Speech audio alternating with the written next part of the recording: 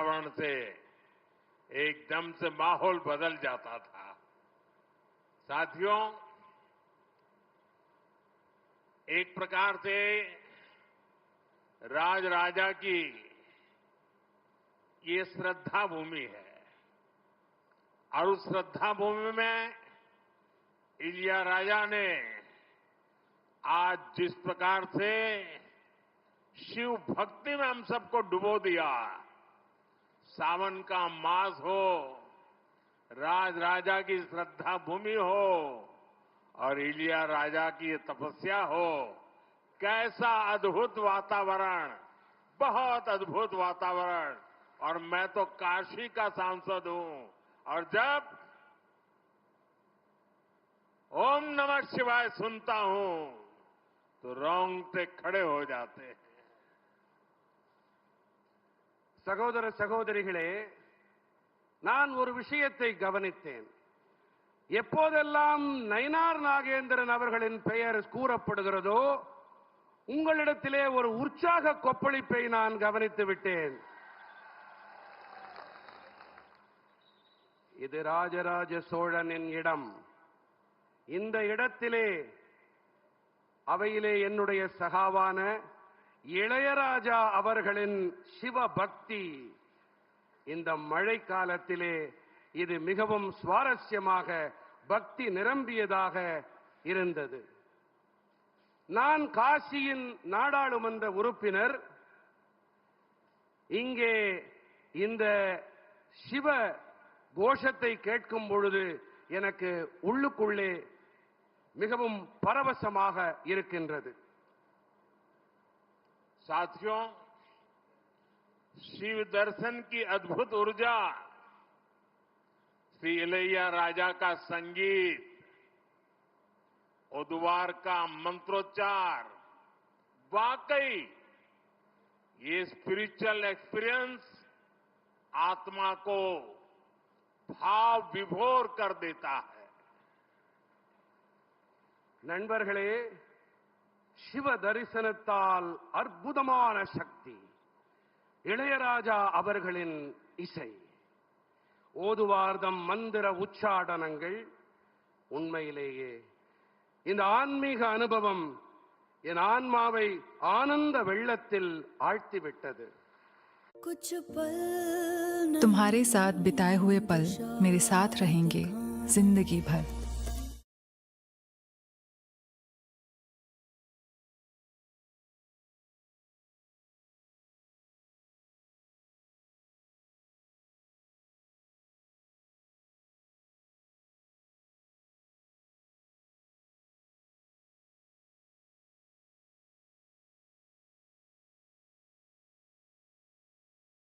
करने का सौभाग्य मिला है. நண்பர்களே, பவித்திரமான மழைக்காலம், அதோடு கூட பிரகதேஸ்வரர் சிவாலய நிர்மாணம் தொடங்கி 1000 ஆண்டுகள் வரலாற்று பூர்வமான சந்தர்ப்பம். இப்படிப்பட்ட அற்புதமான வேளையிலே சிவனவன் பிரகதேஸ்வரனின் பாதார விந்தங்களிலே சிரம் தாழ்த்த அவரை வழிபாடு செய்யக்கூடிய பெரும் பேறு எனக்கு கிடைத்திருக்கின்றது. मैंने इस ऐतिहासिक मंदिर में 140 करोड़ भारतीयों के कल्याण और भारत की निरंतर प्रगति के लिए प्रार्थना की है. मेरी कामना है भगवान शिव का आशीर्वाद सबको मिले. नमः पार्वती पतये, हर हर महादेव. நான் இந்த சரித்திர பூர்வமான ஆலயத்திலே 140 கோடி நாட்டு மக்களின் நலனுக்காகவும் பாரத நாட்டின் நிரந்தர வளர்ச்சிக்காகவும் என் வேண்டுதல்களை முன்வைத்தேன். என் விருப்பமெல்லாம் இறைவன் சிவனாரின் நல்லாசிகள் அனைவருக்கும் கிடைக்க வேண்டும்.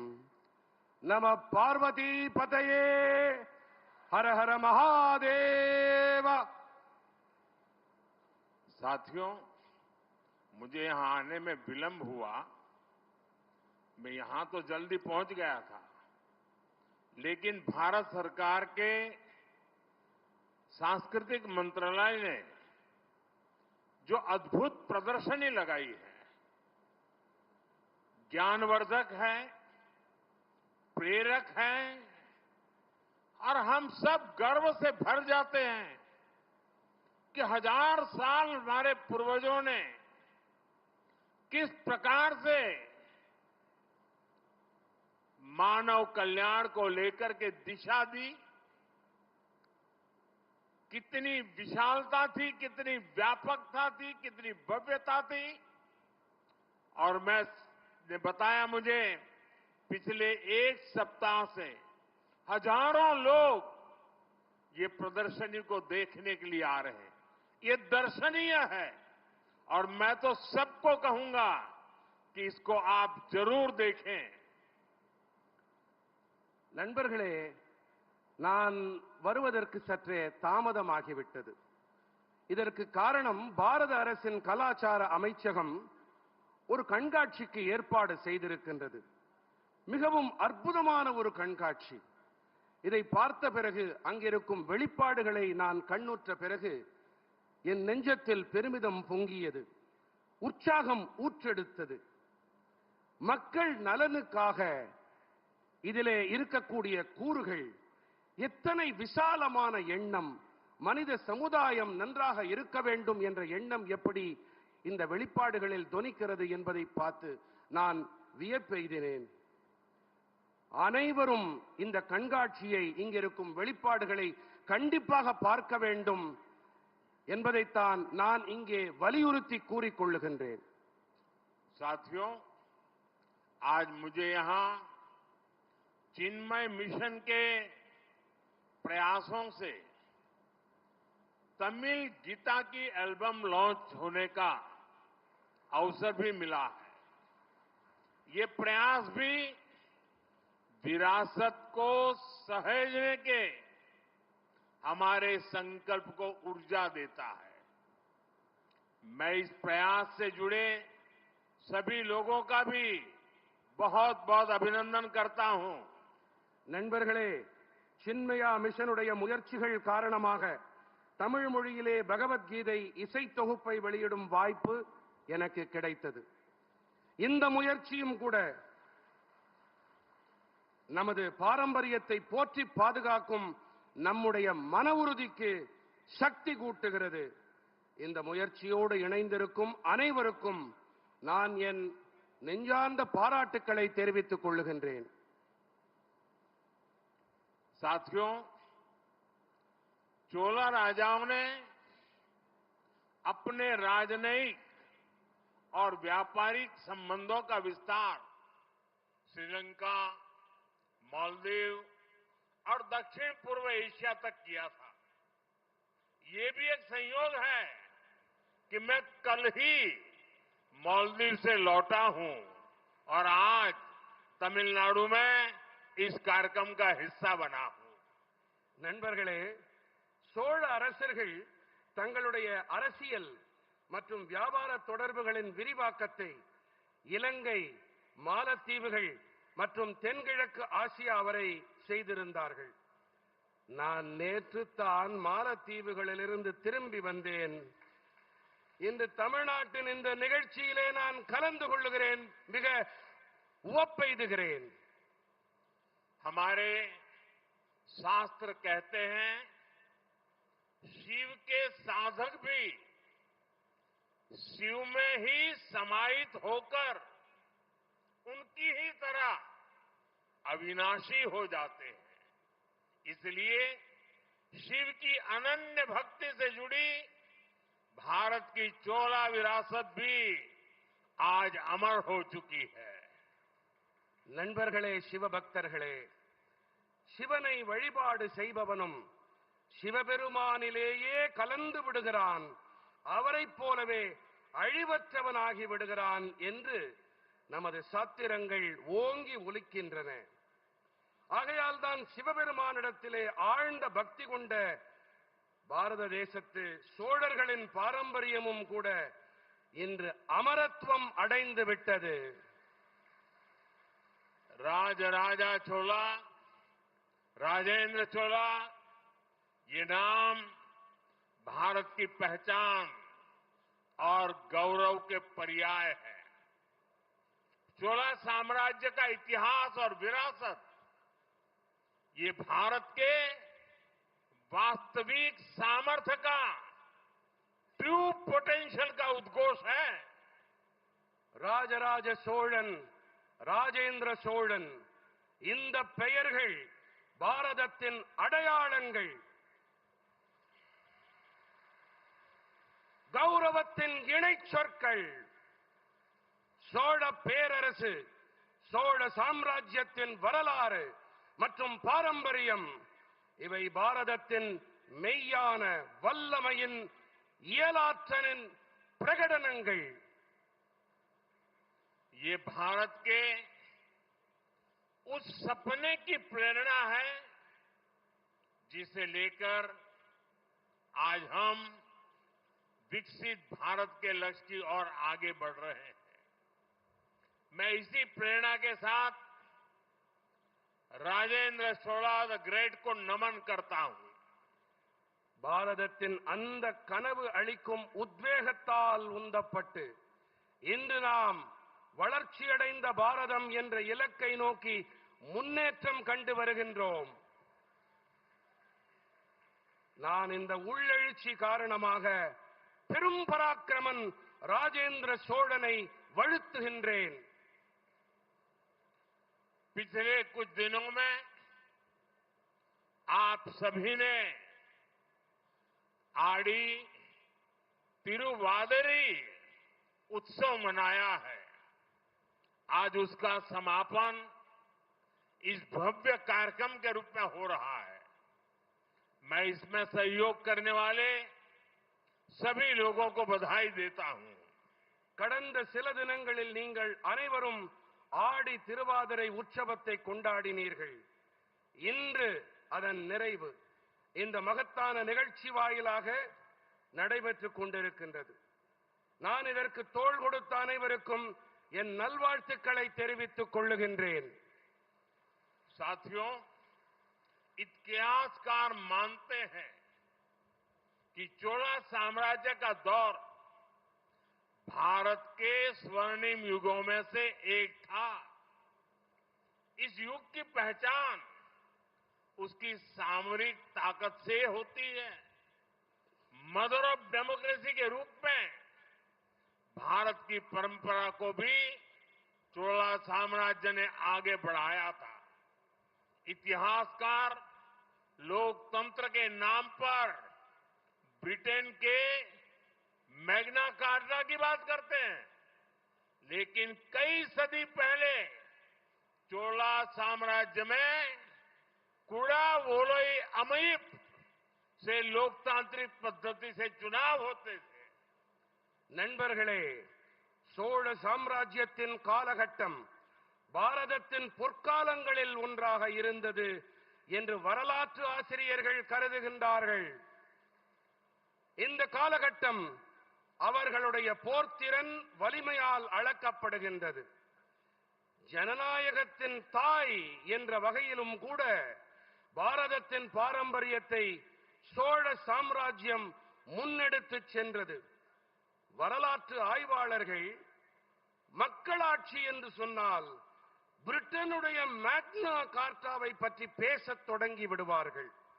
ஆனால் பல நூற்றாண்டுகள் முன்பாகவே சோழ சாம்ராஜ்யத்தில் குடவோலை முறை வாயிலாக ஜனநாயக வழிமுறைப்படி தேர்தல்கள் நடந்தன. आज दुनिया भर में वाटर मैनेजमेंट और इकोलॉजी प्रिजर्वेशन की इतनी चर्चा होती है। हमारे पूर्वज बहुत पहले से इनका महत्व समझते थे।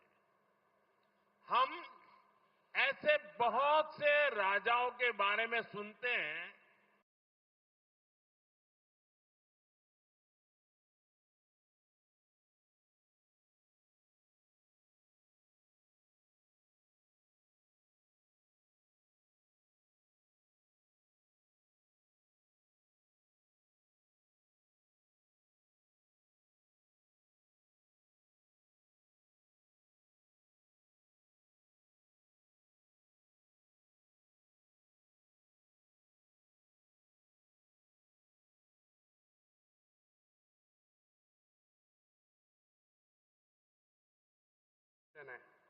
நமது முன்னோர்களோ மிக பழமையான காலத்திலேயே கூட இவற்றின் மகத்துவத்தை நன்கு அறிந்து வைத்திருந்தார்கள். மற்ற இடங்களிலிருந்து தங்கம், வெள்ளி அல்லது பசுக்கள், பிற கால்நடைகள் என்று கவர்ந்து வந்த பல அரசர்களை பற்றி நாம் கேள்விப்பட்டிருக்கின்றோம். ஆனால் பாருங்கள், ராஜேந்திர சோழனுடைய அடையாளமோ புனித கங்கை நீரை கொண்டு வந்ததோடு இருக்கிறது. राजेंद्र चोला ने उत्तर भारत से गंगा जल लाकर दक्षिण में स्थापित किया. गंगा जलमयम जयस्तंभम. उस जल को यहां चोला गंगा एरी, चोला गंगा झील में प्रवाहित किया गया, जिसे आज பொன்னேரி झील के नाम से जाना जाता है. ராஜேந்திர சோழன் வடபாரதத்திலிருந்து புனித கங்கை நீரை கொண்டு வந்து தெற்கிலே நிறுவினான். கங்கா ஜலமயம் ஜெயஸ்தம்பம். இந்த நீரை கொண்டு இங்கே சோழ கங்கை ஏரியிலே இட்டு நிரப்பினான். இது இன்று பொன்னேரி என்ற பெயரால் அழைக்கப்பட்டு வருகின்றது. साथियों, राजेंद्र चोल ने गंगई कौन चोलपुरम कोविल की स्थापना भी की थी. यह मंदिर आज भी विश्व का एक आर्किटेक्चरल वंडर है. ये भी चोला साम्राज्य की ही देन है कि मां कावेरी की इस धरती पर मां गंगा का उत्सव मनाया जा रहा है. ராஜேந்திர சோழன் கங்கை கொண்ட சோழபுரம் ஆலயத்தை நிர்மாணமும் செய்தான். இந்த ஆலயம் இன்றும் கூட உலகின் ஒரு கட்டிடவியல் அற்புதமாக திகழ்கின்றது. அன்னை காவிரி பெருகி பாயும் இந்த பூமியிலே அன்னை கங்கைக்கு திருவிழா எடுக்கப்படுவது என்பதும் கூட சோழ சாம்ராஜ்யத்தின் நற்கொடையாகும். मुझे बहुत खुशी है कि आज उस ऐतिहासिक प्रसंग की स्मृति में एक बार फिर गंगा जल को काशी से यहां लाया गया है. अभी यहां मैं जब पूजा पाठ करने के लिए गया था, विधि पूर्वक अनुष्ठान संपन्न किया गया है. गंगा जल से अभिषेक किया गया है. और मैं तो काशी का जनप्रतिनिधि हूं और मेरा मां गंगा से एक आत्मीय जुड़ाव है. चोला राजाओं के ये कार्य, उनसे जुड़े ये आयोजन, ये एक भारत श्रेष्ठ भारत के महायज्ञ को नई ऊर्जा, नई शक्ति और नई गति देते हैं. அந்த வரலாற்று முக்கியத்துவம் கொண்ட பின்புலத்தின் நினைவினிலே மீண்டும் ஒருமுறை கங்கை நீரை காசியிலிருந்து இங்கே கொண்டு வந்திருப்பது எனக்கு மட்டற்ற மகிழ்ச்சியையும் உவகையையும் அளிக்கின்றது. தற்போது இங்கே நெறிப்படி அனுஷ்டானங்கள் நிறைவு செய்யப்பட்டிருக்கின்றன. புனித கங்கை நீரால் அபிஷேகங்கள் செய்யப்பட்டன. நான் காசியின் மக்கள் பிரதிநிதி.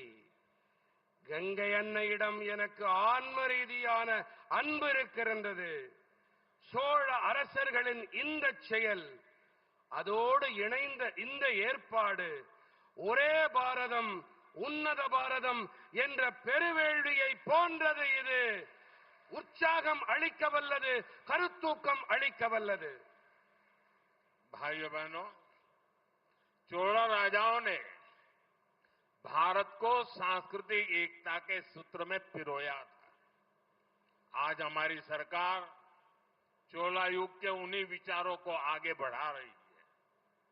हम काशी तमिल संगमम और सौराष्ट्र तमिल संगमम जैसे आयोजनों के जरिए एकता के सदियों पुराने सूत्रों को मजबूत बना रहे हैं। गंगई कौन चोलपुरम जैसे तमिलनाडु के प्राचीन मंदिरों का भी एएसआई के जरिए संरक्षण किया जा रहा है। சகோதர சகோதரிகளே, சோழ அரசர்கள் பாரதத்தை கலாச்சார ஒற்றுமை என்ற இழை கொண்டு இணைத்தார்கள். இன்று நம்முடைய அரசாங்கம் சோழர்களுடைய இதே கருத்துக்களை, எண்ணங்களை முன்னெடுத்துச் செல்லுகின்றது. நாங்கள் காசி தமிழ்ச் சங்கமம், சௌராஷ்டிரா தமிழ்ச் சங்கமம் போன்ற ஏற்பாடுகள் வாயிலாக ஒற்றுமையின், ஒருமைப்பாட்டின் பல நூற்றாண்டு கால பழமையான கோட்பாடுகளை பலப்படுத்தி வருகின்றோம். கங்கை கொண்ட சோழபுரம் போன்ற தமிழகத்தின் பண்டைய ஆலயங்களையும் கூட இந்திய தொல்லியல் ஆய்வகம் வாயிலாக இப்போது பராமரிக்கப்பட்டு வருகின்றன. जब देश की नई संसद का लोकार्पण हुआ तो हमारे शिव आधीनम के संतों ने उस आयोजन का आध्यात्मिक नेतृत्व किया था। सब यहां मौजूद है। तमिल संस्कृति से जुड़े पवित्र सेंगोल को संसद में स्थापित किया गया है।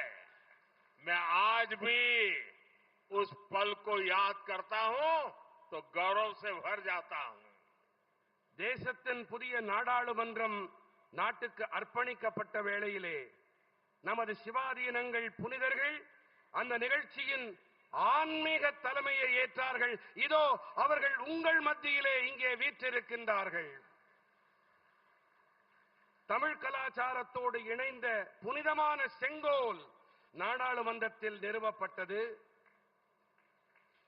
அந்த கணங்களை நான் இன்று நினைத்து பார்த்தாலும் கூட என் நெஞ்சம் பெருமிதத்தில் பொங்குகிறது. साथियों, मैंने अभी चिदंबरम के नटराज मंदिर के कुछ दीक्षितरों से मुलाकात की है। उन्होंने मुझे इस दिव्य मंदिर का पवित्र प्रसाद भेंट किया, जहां भगवान शिव की नटराज रूप में पूजा होती है। नटराज का ये स्वरूप, ये हमारी फिलॉसफी और साइंटिफिक रूट्स का प्रतीक है। நண்பர்களே, நான் இப்போதுதான் சிதம்பரம் நடராஜா ஆலயத்தின் சில தீட்சிதர்களை சந்தித்தேன். சிவபெருமான் நடராஜராக வழிபடக்கூடிய அந்த திவ்யமான ஆலயத்தின் பவித்திரமான பிரசாதத்தை அவர்கள் எனக்கு அளித்தார்கள்.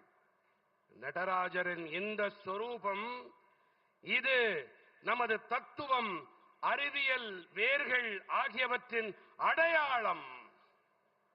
भगवान नटराज की ऐसी ही आनंद तांडव मूर्ति दिल्ली के भारत मंडपम की शोभा भी बढ़ा रही है। इसी भारत मंडपम में G20 के दौरान दुनिया भर के दिग्गज नेता जुड़े थे। நடராஜ சுவாமியின் இதே போன்ற ஆனந்த தாண்டவ மூர்த்தி தில்லியின் பாரத் மண்டபத்தின் அழகுக்கு அழகு சேர்த்துக் கொண்டிருக்கின்றது. இதே பாரத் மண்டபத்தில் G20 போது உலகெங்கிலும் இருந்தும் உலக மகா தலைவர்கள் எல்லாம் குழுமினார்கள். साथियों, हमारी शैव परंपरा ने भारत के सांस्कृतिक निर्माण में बहुत बड़ी भूमिका निभाई है। चोला सम्राट इस निर्माण के अहम आर्किटेक्ट थे। इसलिए आज भी शैव परंपरा के जो जीवंत केंद्र है, तमिलनाडु उनमें बेहद अहम है। நமது சைவ பாரம்பரியம் பாரதத்தின் கலாச்சார நிர்மாணத்திலே மிகப்பெரிய பங்களிப்பை ஆற்றியிருக்கின்றது. சோழ பேரரசர்கள் இந்த நிர்மாணத்தின் முக்கியமான சிற்பிகளாக விளங்கினார்கள். ஆகையால்தான் இன்றும் கூட சைவ பாரம்பரியத்தின் உயிர்ப்புடைய மையங்களில் தமிழ்நாடு மிகவும் முக்கியமானது.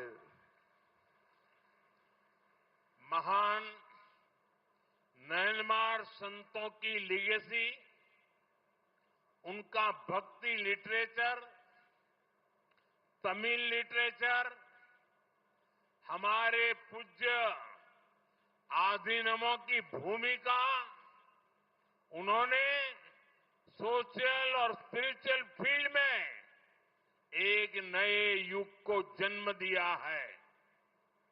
பெருமைமிகு நாயன்மார் புனிதர்களின் சீர்மரபு, அவர்கள் யாத்த பக்தி காப்பியங்கள், செம்மொழியாம் தமிழ் மொழியின் இலக்கியம், நமது போற்றுதலுக்குரிய ஆதீனங்களின் பங்களிப்பு, அவர்கள் சமூக மற்றும் ஆன்மீக களங்களில் ஒரு புதிய யுகத்திற்கு பிறப்பளித்திருக்கின்றார்கள்.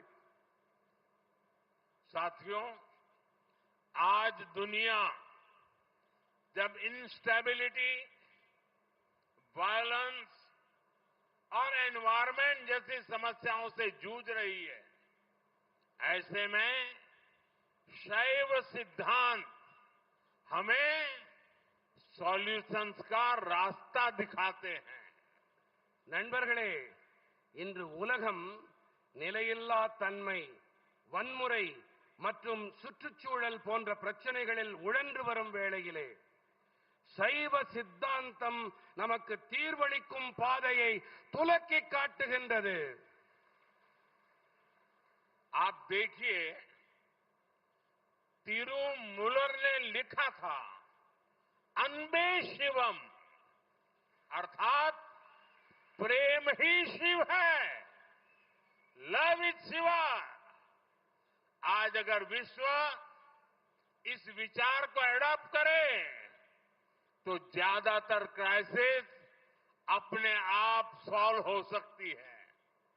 इसी विचार को भारत आज one world, one family, one future के रूप में आगे बढ़ा रहा है. நீங்களே பாருங்கள், அன்பே சிவம் என்றார் சித்தர் திருமூலர். இன்று இந்த கோட்பாட்டை உலகம் முழுவதும் கடைபிடித்தால் பெரும்பாலான சங்கடங்கள் தாமாகவே தீர்ந்து போய்விடும். இந்த எண்ணத்தை தான் பாரதம் இன்று ஓர் உலகம், ஓர் குடும்பம், ஓர் எதிர்காலம் என்ற வகையினிலே முன்னெடுத்து சென்று கொண்டிருக்கின்றது. साथियों, आज भारत विकास भी, विरासत भी इस मंत्र पर चल रहा है.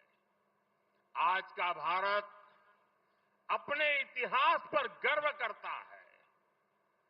बीते एक दशक में हमने देश की धरोहरों के संरक्षण पर मिशन मोड में काम किया है.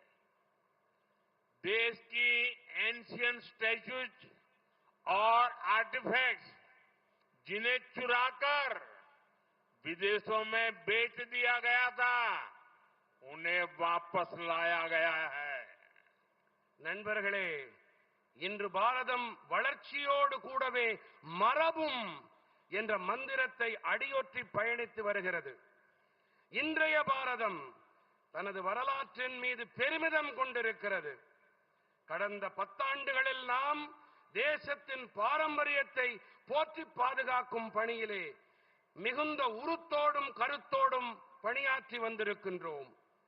தேசத்தின் பண்டைய சிலைகள் மற்றும் கலை சின்னங்கள் இவை களவாடப்பட்டு அயல் நாடுகளில் விற்கப்பட்டு விட்டன.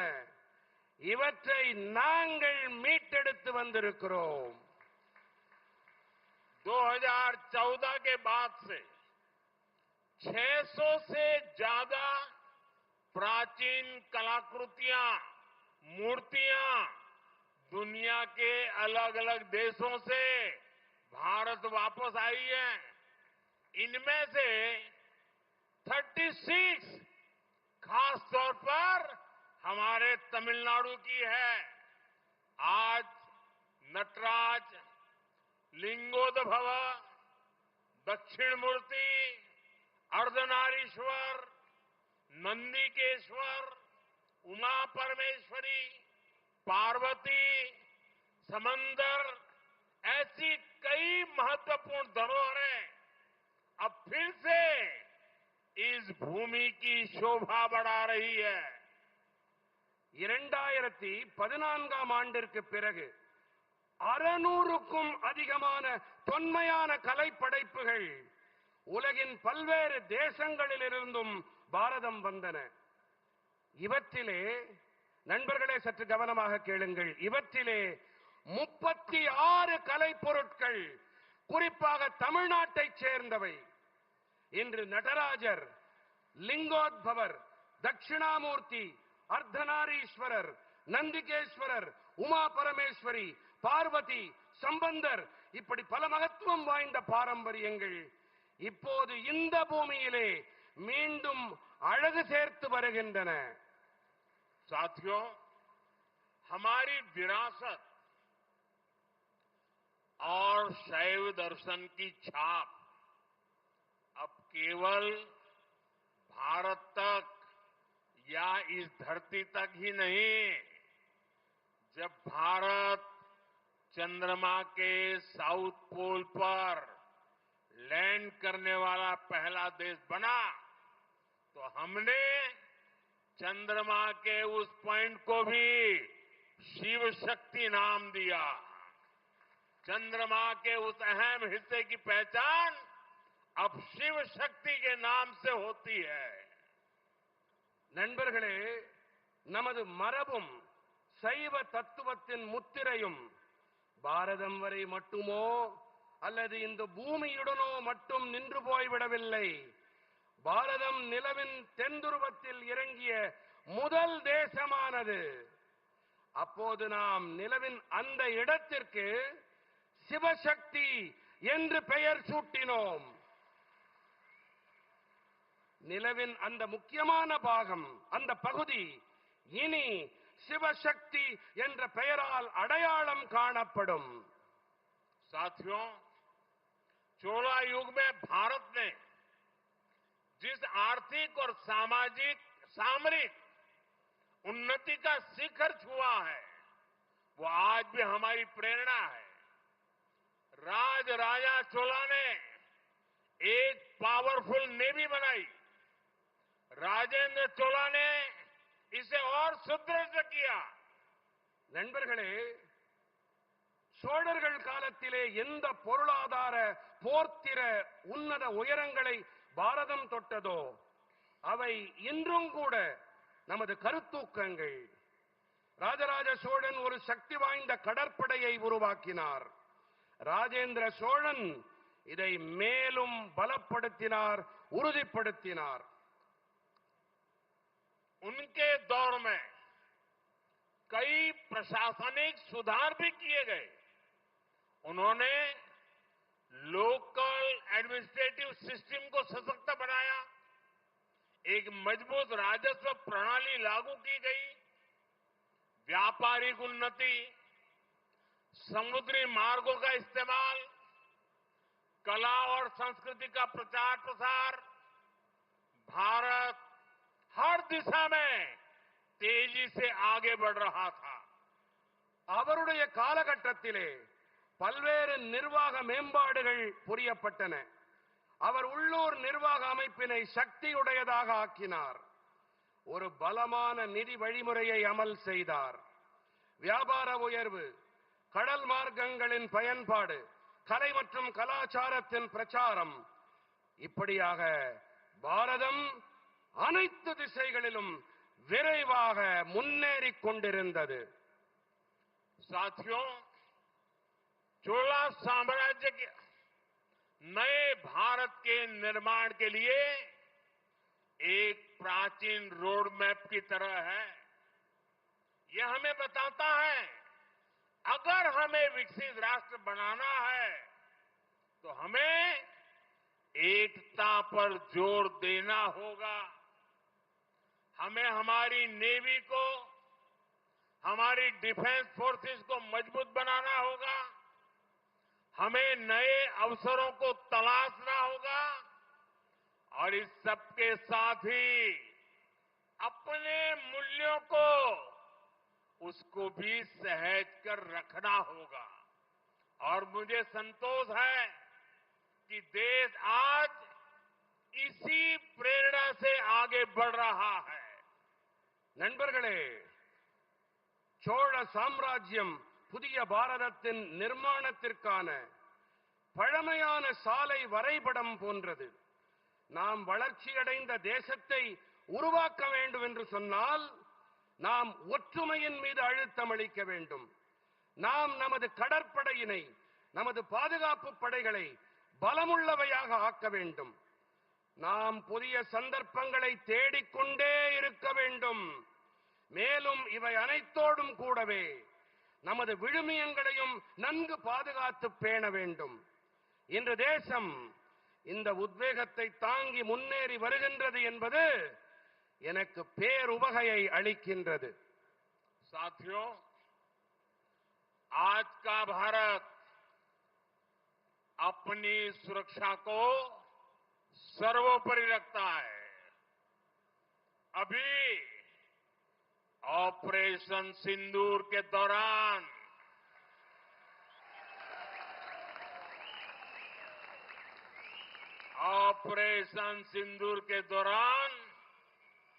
दुनिया ने देखा है कि कोई अगर भारत की सुरक्षा और संप्रभुता पर हमला करता है तो भारत उसे कैसे जवाब देता है। ऑपरेशन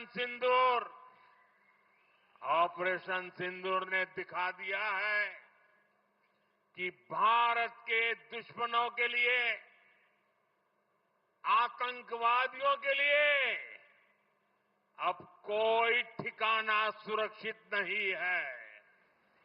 और आज जब मैं हेलीपैड से यहां आ रहा था, 3-4 किलोमीटर का रास्ता काटते हुए, और अचानक मैंने देखा एक बड़ा रोड शो बन गया और हरेक के मुंह से ऑपरेशन सिंदूर का जय जयकार हो रहा था। ये पूरे देश में ऑपरेशन सिंदूर ने एक नई चेतना जगाई है, नया आत्मविश्वास पैदा किया है और दुनिया को भी भारत की शक्ति को स्वीकार करना पड़ रहा है। நண்பர்களே, இன்றைய பாரதம் தனது பாதுகாப்பை அனைத்தையும் விட பெரிதாக கருதுகின்றது. யாராவது பாரதத்தின் பாதுகாப்பு மற்றும் இறையாண்மை மீது தாக்குதல் தொடுத்தால் பாரதம் எப்படிப்பட்ட பதிலடியை கொடுக்கும் என்பதை ஆபரேஷன் சிந்தூரின் போது உலகமே உற்று பார்த்தது. பாரதத்தின் எதிரிகளுக்கும் பயங்கரவாதிகளுக்கும் எந்த ஒரு மறைவிடமும் பாதுகாப்பானது கிடையாது என்பதை ஆபரேஷன் சிந்தூர் வெளிச்சம் போட்டு காட்டியது. நண்பர்களே, நான் இங்கே வந்தபோது அங்கே ஹெலிபேடிலே தரையை தொட்டேன். சற்றேறக்குறைய 3-4 கிலோமீட்டர்கள் தொலைவில் இருந்தது அது. அப்போது அங்கே சாலையிலே ஒரு ரோட் ஷோவிற்கு ஏற்பாடு செய்யப்பட்டிருந்தது. அனைவரிடத்திலும் ஆபரேஷன் சிந்தூரின் ஜெயகோஷம் அவர்கள் வாயிலே இதுவே மந்திர ஒலியாக ஒலித்துக் கொண்டிருந்தது. இதே உணர்வுதான் நாடு முழுவதிலும் இருக்கும் குடிமக்கள் மனதிலும் குரலிலும் ஒலித்துக் கொண்டிருக்கின்றது, பிரதிபலித்து வருகின்றது.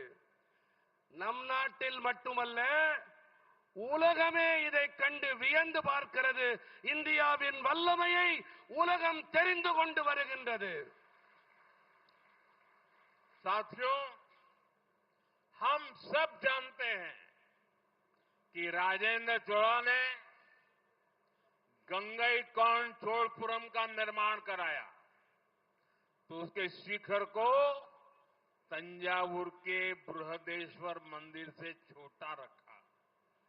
वो अपने पिता के बनाए मंदिर को सबसे ऊंचा रखना चाहते थे।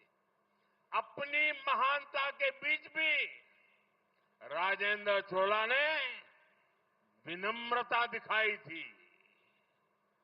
நண்பர்களே, ராஜேந்திர சோழன் கங்கை கொண்ட சோழபுரத்தை நிர்மாணம் செய்தாலும் கூட அதனுடைய கோபுரத்தை தஞ்சாவூர் பிரகதீஸ்வரர் ஆலய கோபுரத்தை விட குறைவானதாக வைத்தார் என்பதை நாம் அனைவரும் அறிவோம். தனது தந்தையாரால் கட்டியெழுப்பப்பட்ட ஆலயத்தின் கோபுரத்தை அனைத்தையும் விட உயரமானதாக தக்க வைக்கவே அவர் விரும்பினார். தனது மகத்துவத்திற்கும் இடையேயும் கூட ராஜேந்திர சோழன் மிகுந்த பணிவினை வெளிப்படுத்தினார். आज का नया भारत इसी भावना पर आगे बढ़ रहा है।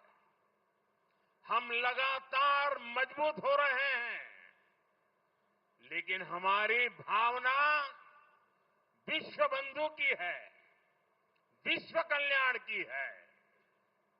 இன்றைய புதிய பாரதம் இதே உணர்வின் ஆதாரத்தில் முன்னேறிக் கொண்டிருக்கின்றது. நாம் தொடர்ந்து பலமடைந்து வருகின்றோம் என்றாலும் கூட நமது உணர்வுகள் உலகத்தின் நண்பனுக்கானவை, உலக நலனுக்கானவை. साथियों, अपनी विरासत पर गर्व की भावना को आगे बढ़ाते हुए आज मैं यहां एक और संकल्प ले रहा हूं। आने वाले समय में हम तमिलनाडु में राजराजा चोला और उनके पुत्र और महान शासक राजेंद्र चोला प्रथम की भव्य प्रतिमा स्थापित करेंगे। ये प्रतिमाएं हमारी ऐतिहासिक चेतना का आधुनिक स्तंभ हो बनेगी। நண்பர்களே, நம்முடைய பாரம்பரியத்தின் மீது பெருமித உணர்வை முன்னெடுக்கும் வேளையிலே இன்று இங்கு மேலும் ஒரு உறுதிப்பாட்டை நான் மேற்கொள்கிறேன். வரவிருக்கும் காலங்களிலே நாம் தமிழ்நாட்டிலே ராஜராஜ சோழன் அவருடைய மைந்தன் மகத்தான ஆட்சியாளர் முதலாம் ராஜேந்திர சோழனுடைய பிரமாதமான உருவச் சிலையை நிர்மாணம் செய்வோம்.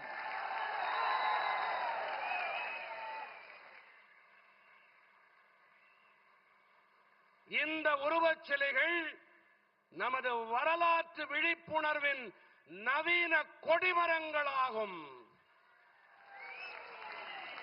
साथियों, आज डॉक्टर एपीजे अब्दुल कलाम जी की पुण्यतिथि भी है। विकसित भारत का नेतृत्व करने के लिए हमें डॉक्टर कलाम, चोला राजाओं जैसे लाखों युवा चाहिए। शक्ति और भक्ति से भरे ऐसे ही युवा 140 करोड़ देशवासियों के सपनों को पूरा करेंगे। हम साथ मिलकर एक भारत श्रेष्ठ भारत के संकल्प को आगे बढ़ाएंगे। इसी भाव के साथ मैं एक बार फिर आज के इस अवसर की आप सबको बधाई देता हूं। बहुत बहुत धन्यवाद।